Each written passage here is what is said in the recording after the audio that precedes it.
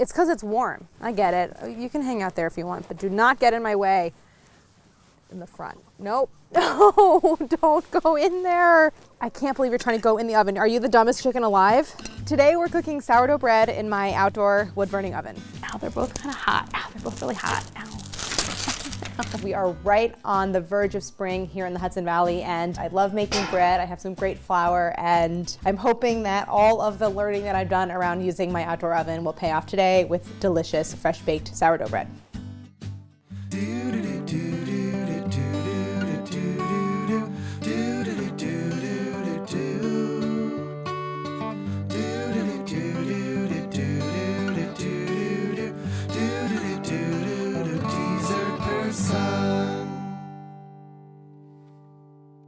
So the bread I'm making today is like kind of my standard go-to sourdough loaf. It's, between like 60 and 80% just white bread flour, and then the remaining proportion, some kind of whole wheat flour, whatever I have in my kitchen. So that adds a lot of flavor and like depth, and the white flour is there to give it like really good structure. So anytime you read a bread recipe, you're probably gonna see percentages, and that is something called baker's percentages. So basically in bread making, the way it works is every ingredient is measured out as a percentage of the total flour. So I like to keep the math really simple and start with 1,000 grams of flour. That makes 2 nice sized loaves. And so then everything else becomes then a proportion of the flour. So if I have 700 grams of water, that's 70% hydration, because 700 over 1,000. Same with the starter, same with the salt. So salt is 2%, starter can be like 20 to 30%, but I'm gonna do everything as a fraction of 1,000. So it's super, super simple. I have my kind of go-to white bread flour. So bread flour is high in protein, so that's gonna create a lot of gluten. That's what you want for bread. So you have good structure and good chew. I have my sourdough starter. Basically, it is a mixture of flour and water that is inoculated with wild yeast and bacteria that just like exists in the air. And that yeast and bacteria is what is going to ferment and raise the dough. Then salt, kosher salt, you could use sea salt because we're gonna weigh it out. And then I have some whole wheat flour here. So simple, there's only 4 ingredients if you include water and starter. So it's just really, really simple. Equipment, I keep the equipment really minimal, and I'm not baking inside where I would typically use a Dutch oven, in like an indoor oven. So right now I have just a bowl for mixing. This is not necessary. This is called a Danish dough hook. My mom gave it to me years ago. She used to use it. Harris hates it because it takes up so much space in the crock, but it's actually really handy for mixing dough. You can just use like a spatula. Then I have a peel. This is gonna help me maneuver the bread in and out of the oven. I have a lame, which is just like a curved razor for slashing bread. You don't really have to have this, although it makes it really easy. You could use like a serrated blade. And then I have some like bench flour. What you don't see are my bread baskets because I only have 2 and the dough is already in them and it's in the fridge. So I'll show you those later. Oh, and a scale. That's like kind of the most important thing, a kitchen scale. On a day where I was starting earlier, I probably would have already done a certain step called autolyse, which is where you basically take the flour and the water in the recipe and you mix them together and you let them just sit by themselves for like anywhere from 20 or 30 minutes to 2 hours. I'm skipping autolyse because I want to move right into mixing the final dough because my starter is ready. So starter for most home bakers is something that they keep in their fridge and then they take out and they feed it once a week, and then they also prep it for when they want to do like a round of baking. So this is my starter. I've had it for probably like close to 8 years, and I've kept it in my fridge, and once a week I take it out, I feed it, meaning I mix a portion with like new flour and water in equal weights. And then, the discard is like, you can make pancakes and waffles. There's like a million sourdough discard recipes on the internet if you want to look those up, because you do end up like throwing out a portion. When I want to bake and I know I'm going to make bread, I take the starter out of the fridge, I feed it, and I leave it at a room temp. I would say I probably just set it up the night before, but if it's like been a while and I've neglected my starter, I might give it a couple rounds of feedings at room temp just to make sure it's like really active and bubbling. So this is starter that I've had at room temp for a day or two because I've really had to kind of revive it. It's actually a little bit past its prime because we've just sort of been like doing other things. So how I know that it's past the point where I really want to use it is there's a high water mark. So the rubber band is where the level was when I fed it. And you can see that because you fed it, you've given it new food sources. The yeast and bacteria are like metabolizing and consuming the starches in the flour and creating gas. So it's grown in size. But the high water mark is here. So it's collapsed a little bit. So you really want to use it at that point where it's doubled or even like 1.5 times grown in size, and it'll be slightly domed and like super bubbly. That's okay. That's not that far gone. So we're going to use this. So when you're feeding starter, you take, people have different like preferences, but basically what I do is I take 1 part starter and then 4 parts water, 4 parts flour. I started with like 25 grams starter, 100 grams flour, 100 grams water. That's like 225 grams. So I'm going to basically use all of this. And that means if I have 225 grams starter and 1,000 grams flour, then my baker's percentage is 22.5% starter. Anywhere between like 20 and 30% starter, I think is fine. Now I'm going to add my water. But how do you keep a colony of bacteria if you just put them all in your bread? Oh, like where is my other starter? I have more in the fridge. So now I'm going to add my water. Hydration refers to the percentage of water, the proportion of water in your dough. And it's kind of a thing to like really push the hydration really high. And that's how you get the like super open, big holes in your bread. So I'm actually gonna start with 80%, which is pretty high, but I'm gonna also add whole wheat, which absorbs a lot of water. And it's also the kind of thing where you can like make adjustments. You can add a little water here and there if you feel like it's not enough. Try to use filtered water, I think it's better. So I'm gonna add 800 grams of water. Also better to use room temp water. I think that's important, although this water is a little on the cool side. So sweet. That cat hates me, but he loves Harris more than anyone. The reason I'm doing it this way is because the starter like breaks up and dissolves pretty easily in the water. If you were to mix, like start with the flour and then the water and then the starter, it's just a lot harder to mix it evenly. You can see it's already pretty much broken up. Can you just pretend to swish it around one time? Mm-hmm. Most kitchen scales don't really like it when you try to weigh out more than like a few pounds of something. So instead of just measuring right into the bowl with the flour, I'm gonna measure it separately because at some point the scale is gonna kind of max out. So starting with just my white bread flour, 12.7% protein, high protein content. There's 2 proteins in flour that when they come into contact with water, produce gluten. That is what is gonna give our bread structure. It's like the backbone of our bread dough. I say like starter is the life force and gluten is the backbone. So I'm gonna start by weighing out around 700 grams. So that means 70% white flour. So then to make up the difference to get to my 1,000 grams or 1 kilo, I'm gonna use some whole grain flour. You could use rye. So like certain whole grain flour is gonna have less protein content, but that's okay because most of that's gonna come from our white flour. So I'm using Einkhorn, which is like the most ancient strain of wheat, basically still in existence today. It's like a quote unquote ancient grain. I don't really know what the protein content of Einkhorn is, but like I said, that's okay because we're gonna get the structure here from the white flour. So this is gonna give us like fantastic flavor. This is from Barton Springs Mill, which is a mill outside of Austin, Texas. Check out our episode where we went to the mill. I picked up some incredible flour and I've been really having a great time using it at home. So I haven't used their Einkhorn yet. You can see the color difference. The last kind of like ingredient to weigh out is my salt. And I'm gonna do that separate because what you don't wanna do is like, if you're measuring out salt into the big bowl and you already have a lot of weight on the scale, the sensitivity is gonna be really low at that point. So you wanna just measure out the salt separately for greatest accuracy. And generally speaking, with most bread, the salt is calculated at 2%. So that's gonna be 20 grams. What's the percentage, Harris? 13 out of 125, hold on. That's 10%. All right, that's a decent protein amount. 10.4. So bringing back our large bowl, I'm going to add my flours and my salt. Look at the color of that Einkhorn, it's like so yellow, golden. Everything all in. Salt goes in.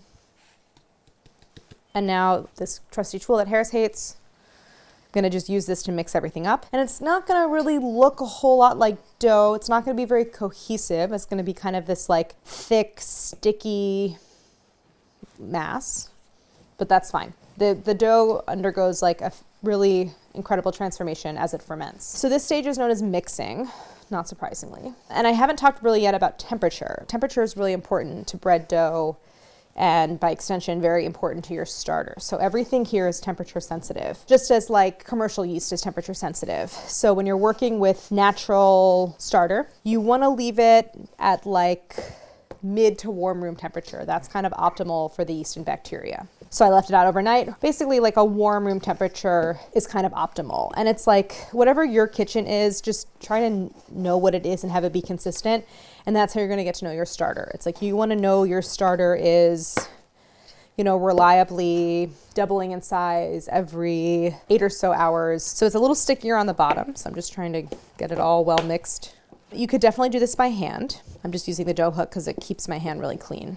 If you have a plastic, one of those like flexible bowl scrapers, you could use that to help you as well. I should have pulled that out because that actually will be a really handy tool that you'll use throughout this process. Okay, so it's pretty evenly mixed at the moment. I'm actually going to switch to my hand now. There's not like quite consensus about how much mixing you should do for making your sourdough.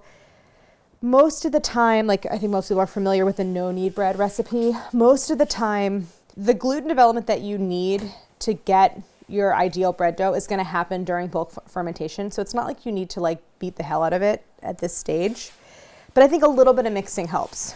So I'm just going to take my bowl scraper and get all the dough scraped down off the sides into the middle, kind of getting one big mass. You can see it's evenly mixed and it's definitely dough, but it's kind of shaggy and not very cohesive. When I say it's not very cohesive, like I can pull a piece off of it really easily. A lot of times, like you'll see sourdough recipes where it's like, okay, you're good. Like once everything is well mixed and like homogeneous, you're good. I do like to go in and work it a little bit. So I leave it in the bowl and I do a really simple mixing technique where I just take one hand is like your dirty dough hand and one hand is your clean bowl turning hand.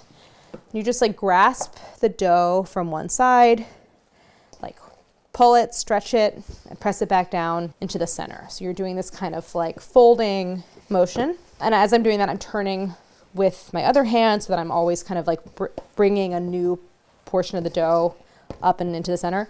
And I want to do this not for that long, maybe like a few minutes, maybe 5. And I'll know that I can kind of stop because the dough is going to start to fight me a little bit. And it's going to be harder for me to do that like lifting up motion.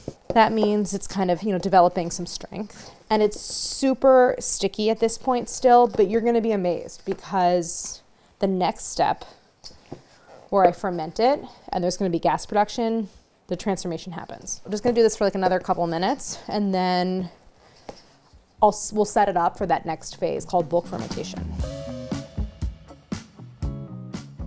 There's certain pieces of equipment that really help. I just like haven't invested in them yet. So one of them is a kind of square box with a lid that has like graduated markings on it. It's harder in a bowl, obviously, to gauge how it's growing and what the rise is, but I just do my best. Here I have my mixed dough. It's actually looking really nice, still really rough.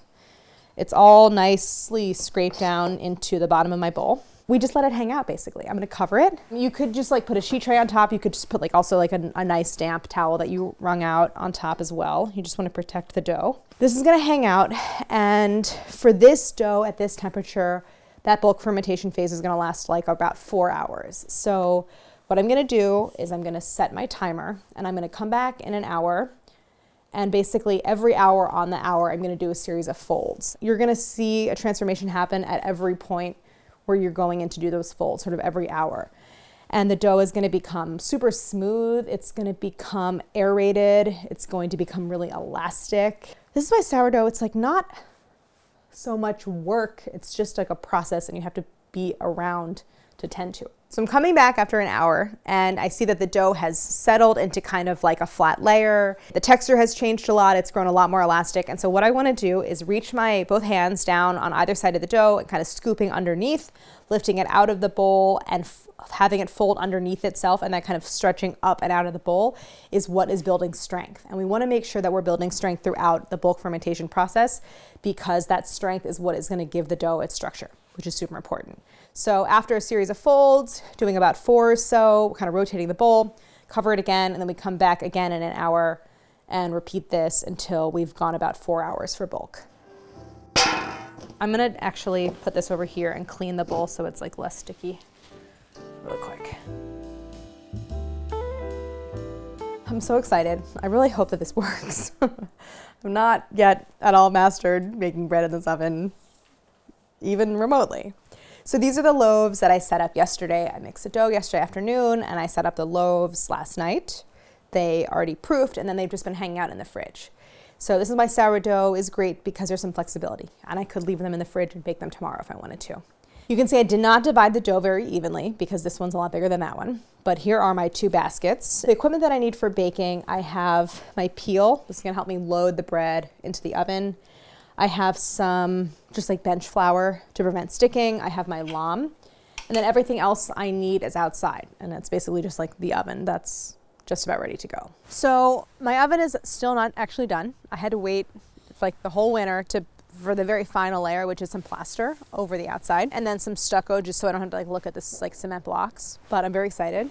In the meantime, it's still perfectly functional and I can use it, although I've only done it a handful of times just because of winter and snow and everything. Also, I have a new feature, which is the door. So this is what's called a firing door. It like snugly fits onto the opening of the oven, but has this hole at the bottom cut for oxygen intake. So it's really good, especially in like windy conditions, because the wind can like pull oxygen out of the oven and then it's really hard to get a fire going. So this establishes like a really strong airflow of like air intake and then smoke out the chimney. So this is a firing door because this is what you use as you're burning in there and bringing the temp up. And then I have the baking door, which is made out of wood and which goes, actually, it doesn't sit in the front like this door. It sits just behind the chimney opening, so it kind of like right here, and cuts off the chimney so that there is no, because the chimney, while it's great for directing smoke out, does suck heat out of the oven. So when you're baking, you basically like stop any escaping air from the chimney by like plugging it. By the way, all this information is from Kiko Denzer's book, How to Build an Earth Oven. I didn't like know this. So the baking door has been soaking in water, and that is going to help contribute steam into my oven environment to help the bread achieve that like maximum rise. When you're baking pizza, for example, in this style of oven, you can have active coals and that's fine, but not really when you're making bread, because what you want when you're making bread is like super even, all over heating. Ambient heat, right. So I'm not gonna bake with coals in here. I'm gonna actually rake the coals out, put them in my ash can. Is that what it's called? Yes, today. Okay, I'm gonna put them in my ash can. And then, I know I just said the word soaking for the oven door, like soaking in water, which is what you think of when you hear the word soaking. But I'm gonna do a different kind of soaking for the oven, which basically means you take the coals out, so the oven is empty, and you put the door on, and what happens is, essentially, all of that heat that's in there like distributes evenly throughout the thermal mass of the oven. So you create this like, and the oven floor. So you create this like super even heating environment. So that's called soaking, and that takes about 20 minutes. I'm gonna rake the coals out, put them in the can, which is obviously like fireproof, and then stick that door on and let it soak so that I create that ideal baking environment for the bread. And you can kind of sweep the floor so that there's no like coals and ash on the floor. So I'm going to remove this door.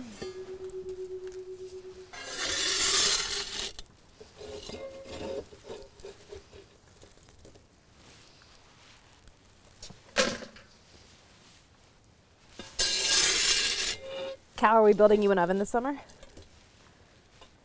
Yeah, but I don't think I'm gonna get an excavator. Yeah, that was overkill, I think. No one told me. How was I supposed to know? Everybody watch out. Ooh, that's a big piece of something. Yeah, that was almost pure stump. Yeah, I love this. I'm having the best time. Oh my God, so many worms. Ew, look. So many worms. The chickens would love that.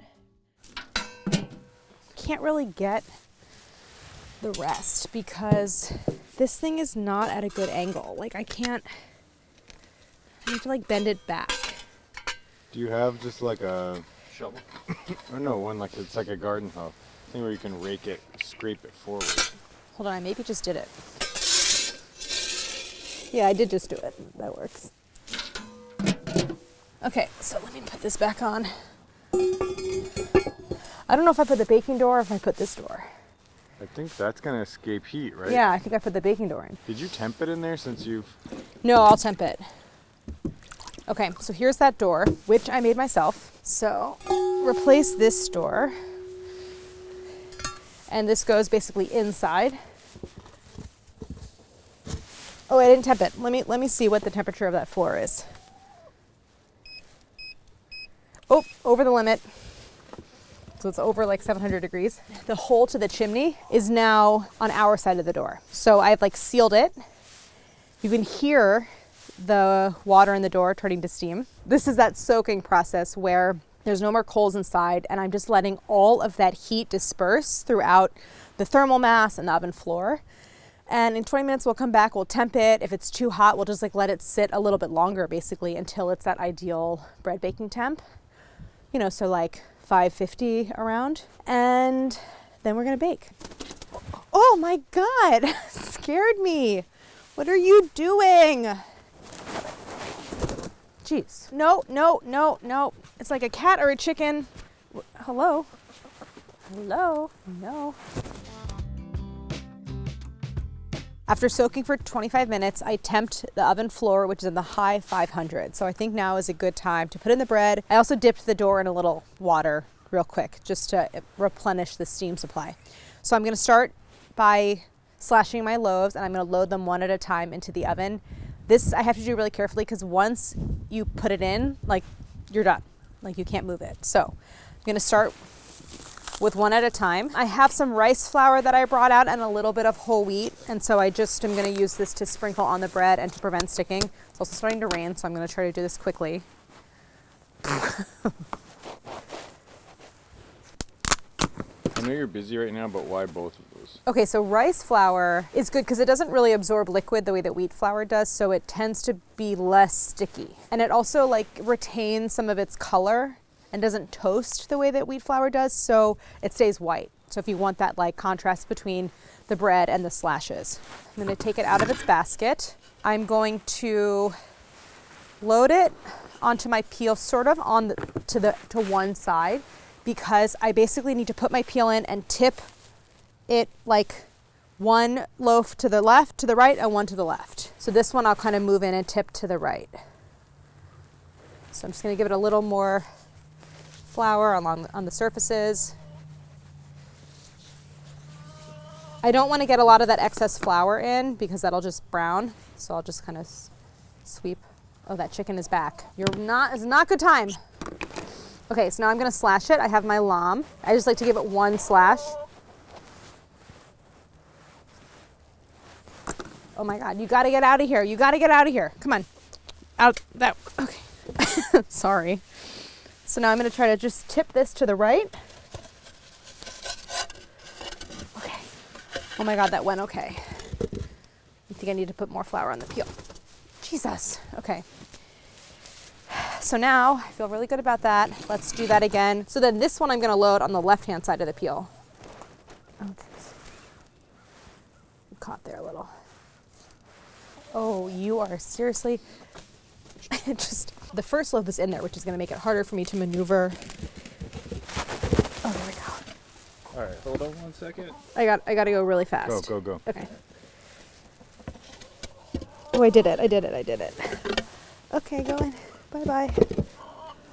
This reminds me of like my earliest bread baking days, doing it inside in a Dutch oven and just feeling like this is so stressful and everything's so hot. But I think that went really well. So I think they'll be in for about 40 minutes at similar temperatures indoors. That's about how long it would take. It could be less. Who knows? We'll check it. But isn't this getting colder every minute? Yeah, I don't think it's losing heat that fast. I'm sure it's gonna be delicious. We'll see. It might be burned. We'll see. I think it's the opposite. You think it's gonna be burnt on the bottom and raw in the middle. Gummy. Yeah. Gummy. I think you have to just do it like a million times, you know?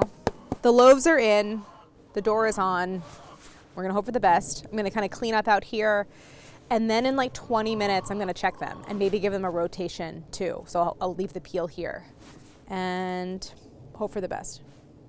That chicken is still, That's tonight. she's still circling us. Oh, we don't need the chickens. Not even raining, Vince. You could totally be out here. I'm gonna check on the loaves and see what the temperature is. It's been about 20 minutes. Floor temp is 450, which I think is really good. Maybe I'll rotate them with the tongs. Okay, one loaf looks amazing and perfect. The other loaf looks crazy. Something like weird happened to that one. Now I'm putting the door back. I can't get the door to stay. I'll just stand here. It's a beautiful spring day, and we're out here baking bread. I have to hold the door because it keeps falling. Okay, Why? thank you. Why? I don't know, Cal. I don't know why it keeps falling. Okay, is it really raining? No, it's kind No, of hard. okay. Well, thank goodness. Otherwise this would have been uncomfortable. Okay. Beautiful day. Yeah, really. All right. The bread's been in for like 42 minutes. I'm gonna pull it out. Well, first I wanna temp it because I really wanna make sure it's fully cooked on the inside. It should be like 190. Okay, well, first of all, I just do wanna say that it smells good. Okay, it doesn't look bad. It Claire, doesn't- what are you talking about? That was Well, that's the amazing. good one. Oh. Okay, let's poke a little hole in you and see where you are. Oh yeah, we're cooked. All right, the bread, it baked. Hello. Work smarter, not harder, I guess. This is the one that had some problems.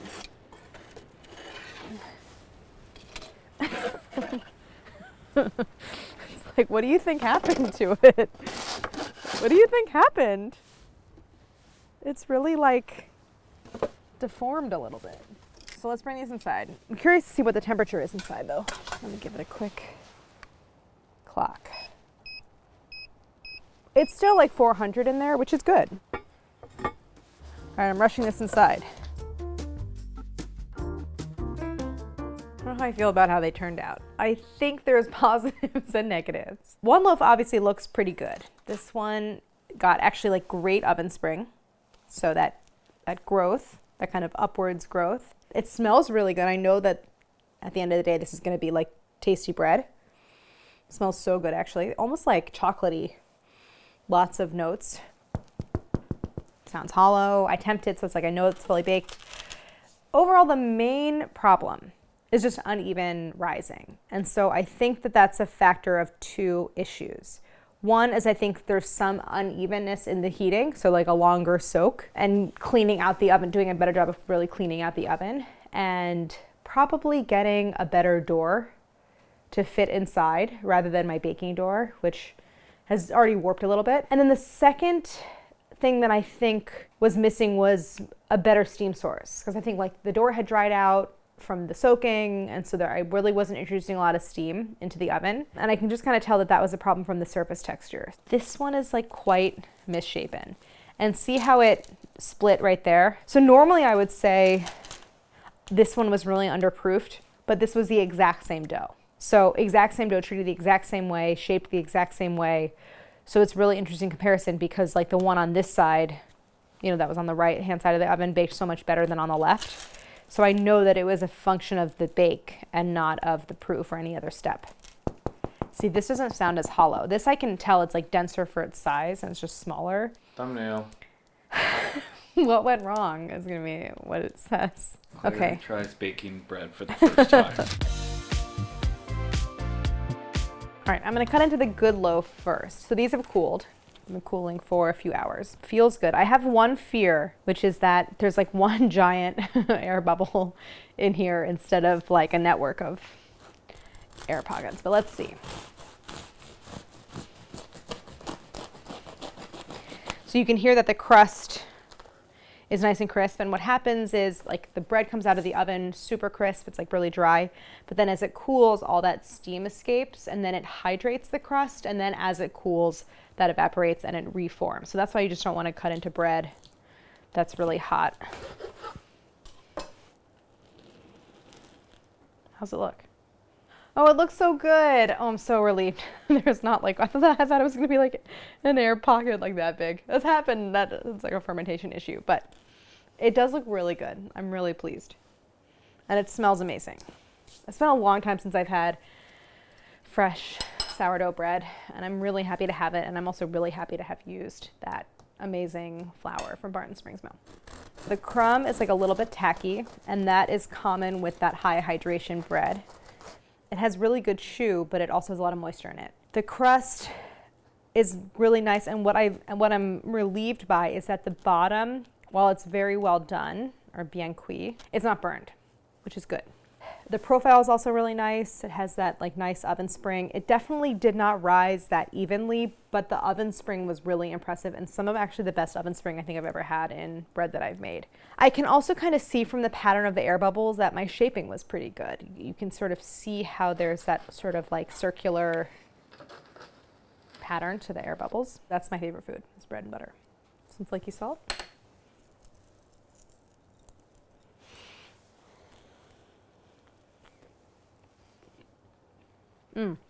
We should just cut now because I'm going to go finish this piece. All right, well, let's put it down real quick. At the end of the day, the way I feel about bread is the way I feel about the oven. Like, it's not perfect, but I made it.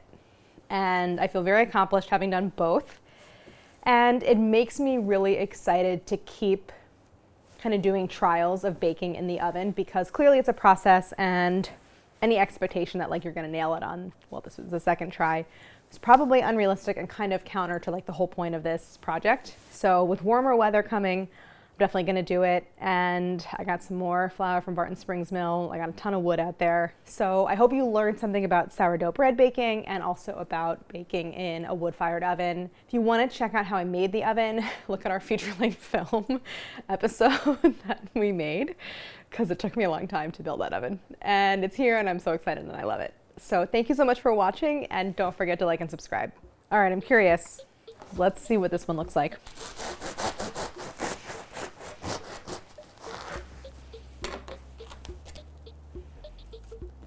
Not the best looking loaf, but Sure, not the worst. not the worst.